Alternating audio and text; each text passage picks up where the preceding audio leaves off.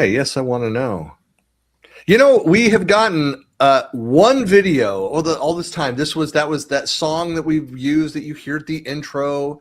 It was out a kind of an open source thing that we went and grabbed, and we've gotten blocked once for one of our videos for having that or demonetized, I guess, for that. Well, that's not too bad, I guess. No, this is episode 73. So I think we're going to be okay. The risk is low. The risk is low. Yeah. Well, good morning. Good morning. And welcome to the latest episode of the Project Failure Files, the series for anyone who manages people, projects, processes, cats, goats, or whatever for a living. I am Sharon Weaver, CEO of Smarter Consulting. And I'm Christian Buckley, founder of Cloud Talk. And welcome to another episode of our series where Sharon and I explore management and leadership topics from the perspective of what not to do. And today we are talking about something that makes a lot of managers uncomfortable: managing up. More specifically, what happens when people really avoid it altogether and hope that leadership will just figure it out. Yeah, there are some people that are really good at it. There's some people that, and we've got a phrase for those people that focus a little too much on managing up.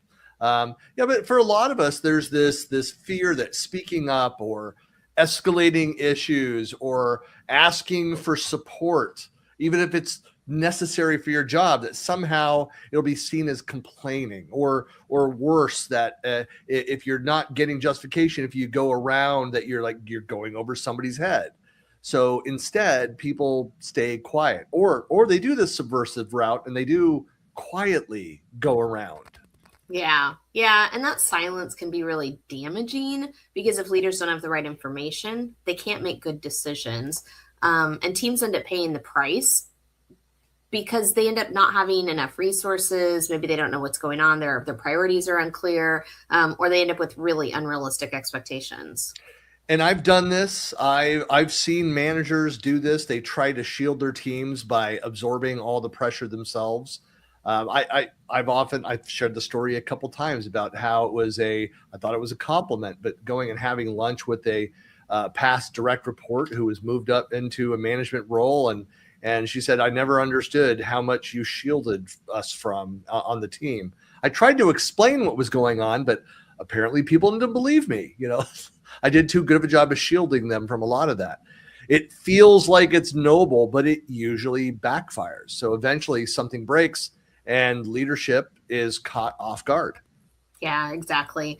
When we talk about managing up, we're not talking about politics, or we're not talking about, bypassing authority. We're talking about building strong, transparent relationships with leadership so that your team does have what they need to succeed. I always think of this like from a budgeting standpoint. If you're not having conversations of what the actual costs are, then you're not going to know whether, hey, were we on target? Are we behind? Or did we grossly mismanage this on our scope of work? So part of that is you do need to understand how your boss actually wants to be informed. Some want the details. Some want headlines. Just give me the bullet points there. Some want to be looped in early. They want to be there in the weeds with you. And others only want to hear from you when there's a real risk, when there's a specific ask. Yeah, I think, it depends. It depends on the people. It depends on the situation. It depends on the time. It depends on the season. It depends on, what's going on. And just understanding and knowing when and how to escalate the right information and the right time to the right people really is a skill. I mean, I think some of it's just experience based, you've kind of done that, but I think it's also about communication. And if you do this well, you can build trust, up and down and side to side, right? Like all the people around you, you can build some trust with those relationships. If you do it poorly, or worse yet, not at all, it can create frustration with everybody. Yeah, and there is a positive side to managing up. It also means that making sure that the leadership sees the value that your team is delivering. And again, this was a positive attribute of good managers that defended their people, that defended their team. And, it's easier to defend a team when you're communicating clearly and you know what's going on as a manager.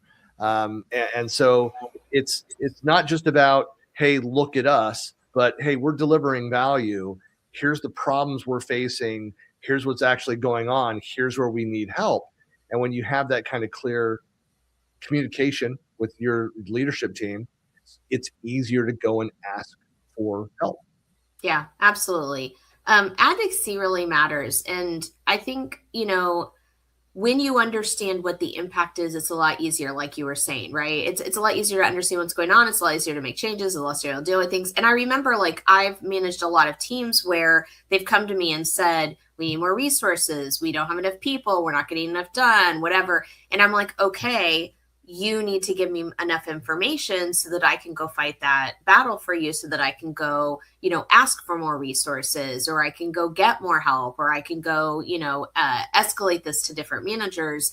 And so I think when you do this and you understand what's going on and that communication chain happens properly, then you can, I'm not saying you always do, but you have a much better chance of getting the alignment, support, buy-in, whatever that you need, especially if you're having to do some trade-offs, or, what we affectionately call it in the corporate world, like horse trades or back scratches or quid pro quo, right? Especially when that's going to have to happen, like, at least you know what you need to deal with.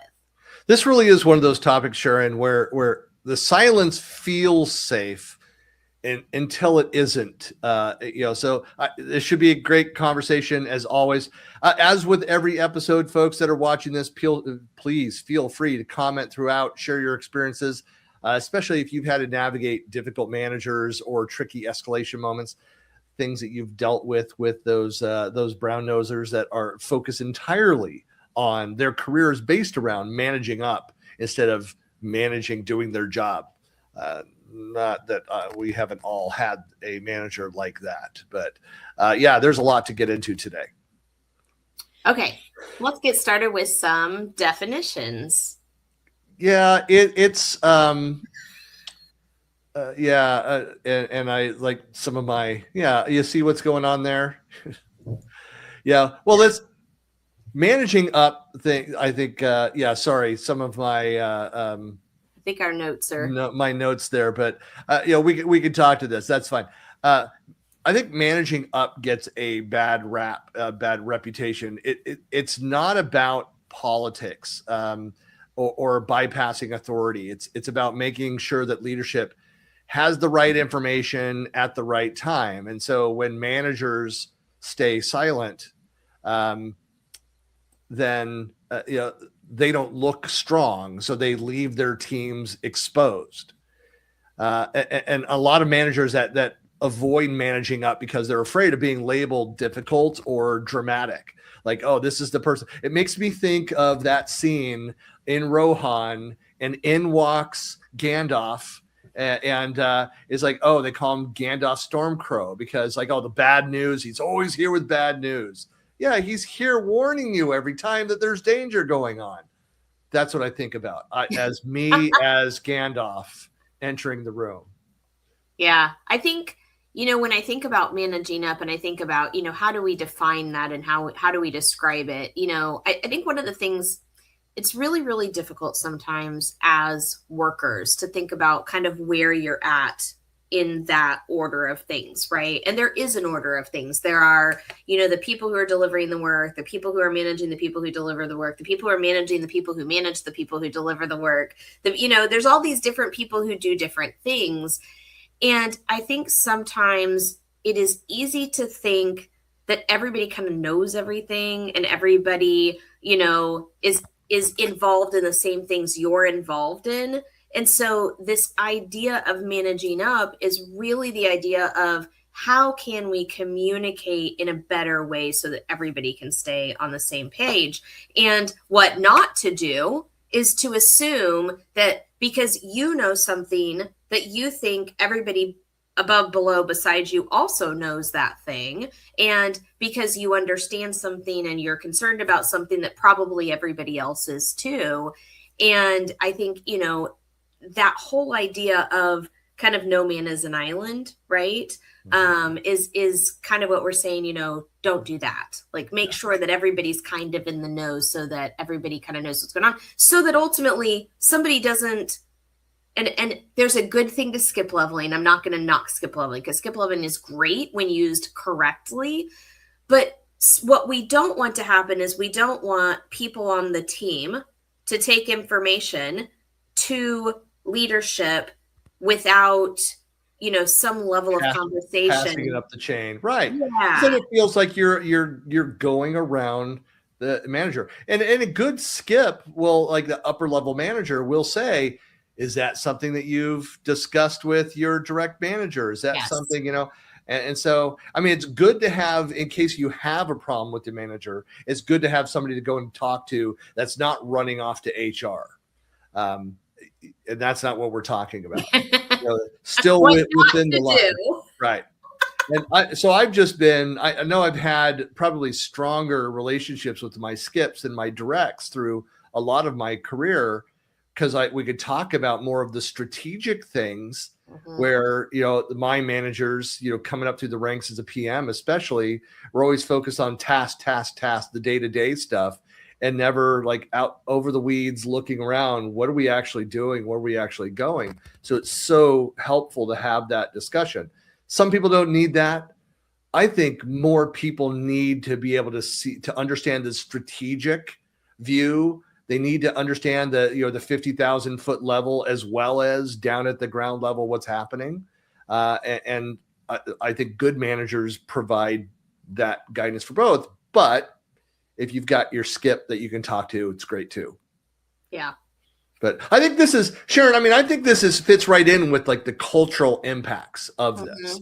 If it's broken, if there's fear in the organization there, if you feel like, managers aren't able to communicate upward, the rest of the team feels it. Again, they feel like, okay, our complaints are going unheard. We're in this endless cycle now. We've been saying that we're understaffed or we need these resources. We're not going to get it because no one's listened to it. So missed resources, unclear priorities, unrealistic timelines, like the problems just seem to, redouble back and compound.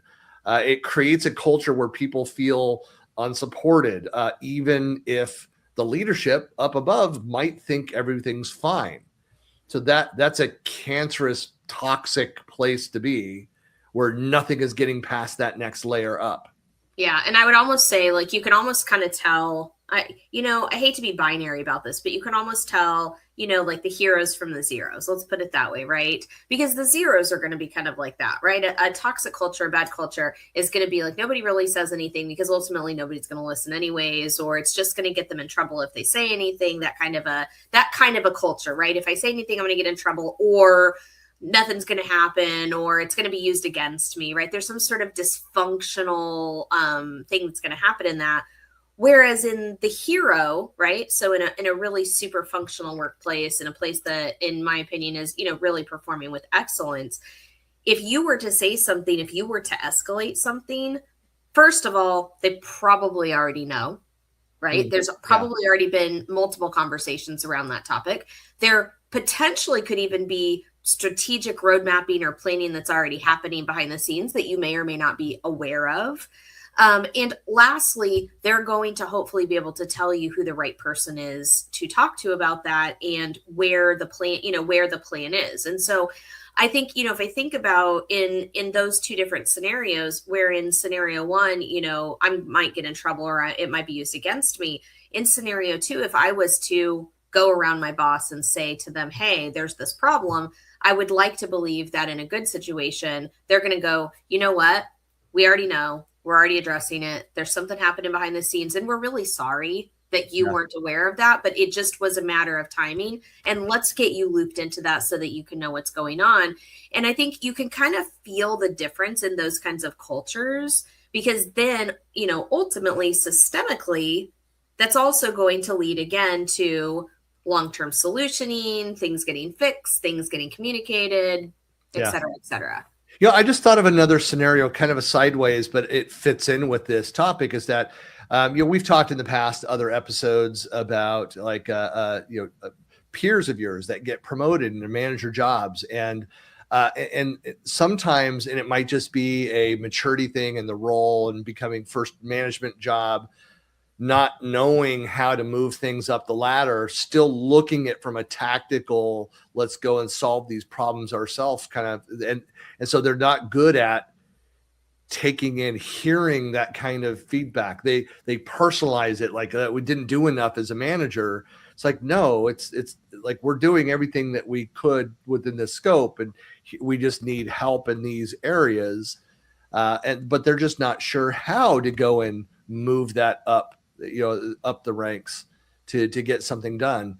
And so, I mean, that it's funny, just from like online conversations and everything over the last few days, I find myself, I continue to say, it's like, we need to give people a bit more grace in that, people make mistakes, they don't know. And even then, I always try to I looked at it, again, this is from a cultural standpoint.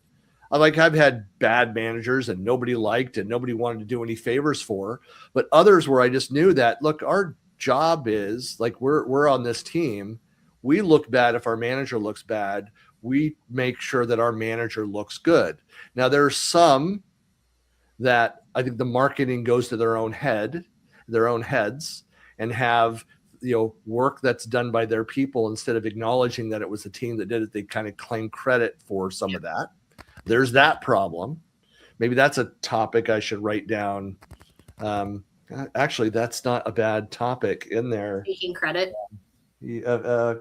Taking credit for others' work. See what we're doing, people? We're coming up with other topics for the show right here in real time. Yeah. But you know what I mean? It's there's that case. It's like, but culturally, I like those teams where we look at it as that, like, hey, we're a team, we're team players here. In fact, I've even said when people are getting angry at each other, doing like the, hey, time out, same team, guys. Hey, please calm. Let's focus on what do we need to do here and go forward. And I think that kind of attitude, that needs to be hopefully part of the culture of the organization. Yeah, ultimately the nugget that I get out of that, and I would 100% agree, is really, if you're out to support those around you, no matter what your role is, you're there to make the team look good, to make the team perform better, to make the team be more excellent. If you are in a toxic or dysfunctional culture, then you are there to take care of yourself and be self-serving, and, doesn't matter how the team is doing. Yeah. And I think, this is perfect conversation about that, because in this particular case, we're just saying, hey, don't be afraid to bring up the things that need to be brought up, and, escalate them up when and where they're supposed to be. Yeah. I think of some of the pitfalls that you remain on this path and not communicating up through the ranks. And we've kind of already outlined it, is that, what happens is that, well, one, your team, the projects, your customers don't get the resources, don't get the attention that they need. It's difficult to go and do risk analysis and plan and be ready for that if you don't have people communicating, they're not on board with that. But, I think one of the biggest pitfalls is that people say, like, they have this, I'll just absorb it mindset. So managers trying to protect their teams by taking on the pressure themselves.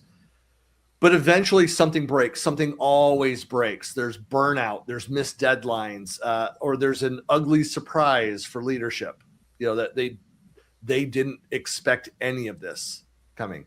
Or there's an ugly surprise for you in your annual review. Yeah, that's true. Well, and I was also thinking, one of the pitfalls of this too is that, the story, right? The story can go south really fast. When we talk about our zero crowd over here, the people who, kind of, oh yeah, I can handle it. I don't need any help from anybody anytime. And, I'm just going to care about myself. What ends up happening is that if there's not a strong leadership story about what's going on, meaning, helping everybody to understand what's happening and stay on the same page and, communicating with your team up and down, then the story is going to be written for you. Yeah. And what that means is that if you're not reporting that to your management, then your management is going to believe whatever they think they're supposed to believe. And they're going to listen to the chatter, and they're not going to understand how to kind of relate that to the reality. And your team is also going to do the same thing, right? The team is going to make up whatever stories they need to make themselves feel good. And ultimately what's going to happen is you're going to see this kind of fractional, truth, breaking up everywhere. And there's going to be different stories about different things. And so it's going to go like, I told my manager that I needed help, but my manager didn't do anything about it. And the manager's like, no, I really did say something about it, but nobody helped me. And then the manager above them, oh, well, I never heard any of that. I don't know what they're talking about, right? And it becomes this like gigantic gaslighting ball of is kind of one of the worst possible pitfalls, is that if that information is not getting accurately, kind of communicated out, then ultimately, everybody kind of feels the resentment and the frustration from that. No, I mean, when issue finally surfaces after months of silence, leadership is they're not going to be grateful for like, hey, we're through with this. They're frustrated. They're coming with the perspective, like, why didn't I know about this sooner? Yeah. That's how trust gets damaged in an organization.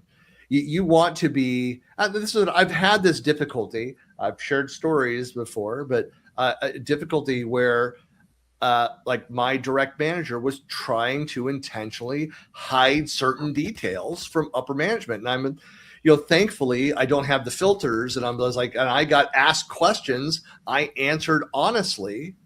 And it was like, it was factual. It was, Sharon, you've never heard me use this word before, clinical in my approach. I remove the emotion and I'm like, no, this is just the facts, because we need to be clear where we are to make the best next decision. Right. And you're not going to make the right decisions going forward if there's not transparency about what's actually happening.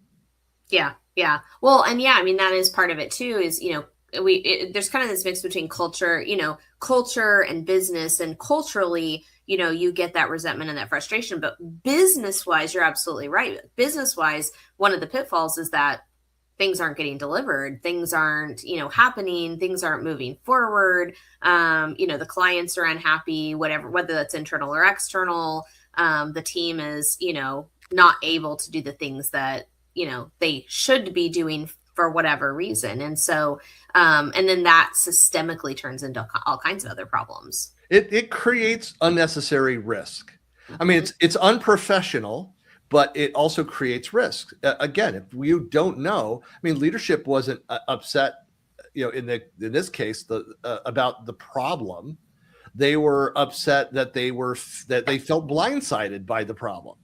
And so that made it clear to me that, that the silence was the wrong choice. And it was, I mean, the other side of this too is that go experience the short-term pain so that we can focus on getting back on track and moving down the right path.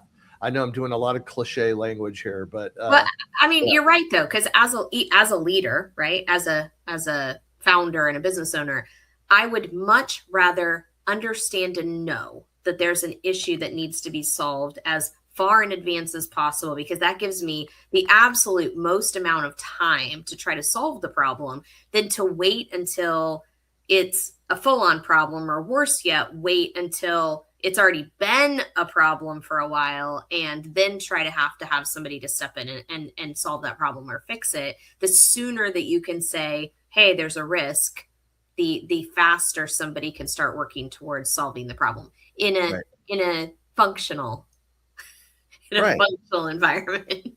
No, there are leaders that do this well. I mean, something I know you do this. I always did this too, and you use pretty much the same language. Like, what is blocking you? What can I help? I look at my job as a manager is with what I have direct reports is what can I do to unblock you? What's stopping you from moving forward?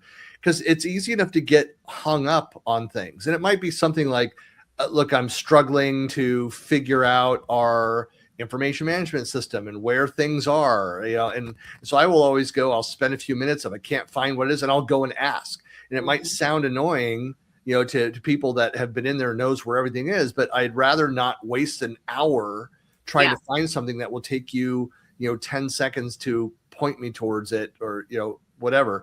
But, things like that, where people are being blocked by technology or other projects or meetings or other things. And as a manager, I can say, all right, hey, let me help you sort through the rest of your priorities so that you have more time. It opens up and you feel less blocked on going and getting this resolved.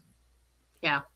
Yeah. And I mean, we think about like personal stories and, real life examples of things that have happened. I mean, I've worked on many teams where this has been, good and bad. I've experienced good and bad, but I would say probably the best experience that I ever had is I was on a team where essentially, everybody was really struggling because there really was not a transference of information, right? Like the senior leadership had direct access to the people who were doing the work, and they were really struggling because they knew what was going on, but they were like in their biz like all day, every day, right? And so when they brought me in, one of the things they brought me in for was to kind of liaison, right? To kind of say, okay, find out what, to your point, what matters and what doesn't matter, right? What needs to be escalated and what doesn't need to be escalated. And then you can, give information to them as well so that they're not bombarded with every single piece of information. Because on the other side, the developers were feeling very, not guilty, but responsible for making sure that they were fixing everything immediately, right? And so it's kind of like, let's kind of triage this so that senior leadership is getting the information they need and the developers are getting the information they need. And there's kind of a happier balance of information sharing. And they really gave me the autonomy and full kind of carte blanche to do my job well. And it was really nice, and it solved a lot of problems on both sides. And I think when you do it the right way, it can be an incredibly helpful role. Yeah. I think that the, strategies for overcoming this, I think to start with understanding how your boss, your manager wants to be informed, because maybe that they might have absolutely no problem with you going and having more of those strategic conversations with your skip level or what have you. Some of them will even, I think good managers will even say, hey, look, this is what I'm good at. This is what I'm bad at. Here's the things I respond to and don't. This is what I need to see to know what action to go and take. I used to tell my direct reports too, just be like, if you need me to do something and it's something just simple operational, like send this email, like draft the email, send it to me. He said, I need you to forward this to this person to unblock this. But like, I'd go and look at it. I would modify it to put it in my words, whatever, push it out right then. And so if that's something that I could speed up the process, help unblock them. So, some managers want details, others, they want just headline information. It's not about changing who you are. It's about matching your communication to how decisions actually get made with that manager. That will help them communicate, be more transparent, all those things, if you're giving information to them in the right format for them. Yeah. Well, and I would say the only other thing that I would add to that is, we've kind of said this several times now, do it early and often, right? Yeah. And I understand like knowing what people need to know, right, is a good strategy. But if you're going to err on the side of early and often, don't err on the side of not giving them enough information, right? Too much information is better than not enough information, because then they can, hopefully do something with that sooner. Agreed. Yeah, I think like the idea too of, and not everybody prefers this, but I like doing this. I go back to my favorite format, the 4-blocker format type thing. Is part of that is, and that was derived from a couple leaders, VPs at 2 different companies that wanted data kind of the same way. They liked dashboard format communication, that they want it in a very specific way, and it was very similar between them. What they wanted. They were both Harvard grads, so maybe there was something in the Harvard business school, Harvard MBAs, that they learned something about. They both like that 4-blocker. Somebody who attended Harvard, tell me, the Harvard way. The Harvard way for that. But this idea, so strategic escalation, it's not dumping problems on leadership. It's bringing up options, saying, here's what we see. It's like a risk analysis. If this happens, this is what we're seeing. Here's the issue. Here's the risks. Here's what I recommend. I think this would be the best way. Here's why. An alternative would be we do this, and here's why. This is what we think the cost would be, the time, the effort, the people associated with that.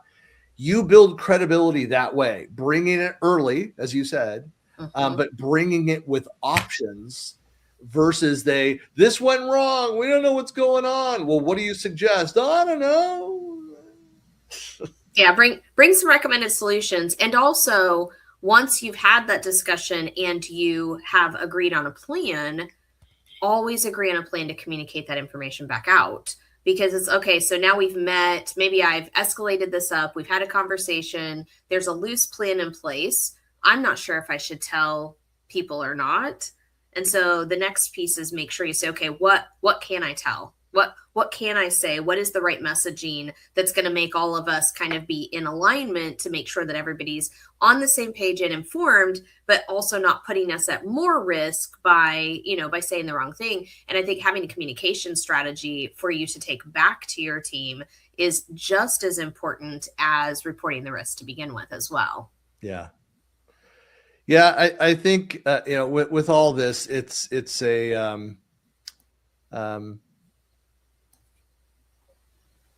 sorry, my mind just kind of went. I thought of two stories at once around this, but no. But I think that this is something where, conversation can happen, can pave over, soothe, the angry beast here. But the project, go and have conversations. A lot of this happens because you might not be comfortable with, or it's a manager that's not very conversational.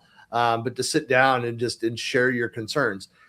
My experience is, even if the manager doesn't like you, everyone appreciates look, I feel like we're not getting the attention. What can we do? Is this something we can together go up to the skip level, or go to this other team? What can we do together? Here's what I would suggest. Here's what I would do. And kind of lay it out for that manager. So if you do have someone who's new in a management role and just doesn't know how to properly manage up in that scenario, you can help them along that path. And again, it's helping them look good, helping them, and then ultimately, solving the problem and getting the team the resources, the time, whatever, the people that they need to be successful. And just have a conversation. Yeah. Just remember, if you don't say something and there's an issue, somebody will. Yes, they will. Yeah, exactly. It's funny. I mean, the best managing up relationships really are built before there's a crisis. Shocker. Yeah. Regular check-ins, having clear expectations, honest updates about what's actually happening on the ground, not the polished over, or I want to have is make this as short of an update, my piece of it as possible. It creates trust if you are transparent and open and honest, and so that when escalations are actually needed, it's welcomed, not questioned. They know that you've been thoughtful about your recommendations and next steps around that. That building up that trust takes time. You can't have it if you're not establishing that relationship and building on that trust over time. Yeah. In fact, I would say one of our calls to action, one of my calls to action that I would recommend is learn how to get comfortable feeling uncomfortable. Especially, I mean, if you're in any sort of a management or leadership role, like this is just it's just like the place you're going to live, like for the rest of your career. So, take the opportunity to find something that's maybe a little bit smaller, not so scary. Go ahead and start having those conversations where it does make you feel slightly uncomfortable, because the more you do that, it's kind of like exposure therapy, right? The more you do that, the more comfortable you're going to feel. And then when something worse comes up that you are afraid or nervous to be able to share that information, like you were saying, you will have already built that trust. But, you're right. It's not just the, easy, pretty picture dashboard type updates. Like, you need to start thinking about what are some conversations we could have that might make me feel a little uncomfortable, so that when something comes up, I'm ready for that. Just made me think of, I know two people, one, a close personal friend since I was a teenager. Another one was a former coworker that went the comedy route. They actually both of them did like a management leadership course that led to them doing a stand-up in front of a real audience. So talk about making yourself uncomfortable and then dealing with stuff on the fly. And obviously you have to be interested in like that direction of things. But it's kind of like, I mean, as I always attribute to my lack of fear of getting on a stage and speaking in front of audiences to the years that I spent as a lead singer of a rock band. Like you don't have time. It burns out of you. Like you get past that, to where now I'm just like excited. I get that energy to get out there and get started, but it's not a nervousness thing. And it's kind of similar to that, but put yourself in those uncomfortable situations where you have to think on your feet around that, be prepared. And, maybe that's a route for some people, going and doing a theater class or something. I think for a lot of people in that situation, it's terrifying, right? It is absolutely terrifying to go. And I remember when I was extremely young and I had to tell my boss the first time that I had made a mistake. And it was terrifying for me to go back and say I made this. And it was a pretty major mistake that, we had to redo. And I think, that it's terrifying. And so I think, once you've built yourself up and you've kind of become a little bit more normal, it's never going to be comfortable. It's never going to be a happy thing, but you're at least not going to be terrified. Right.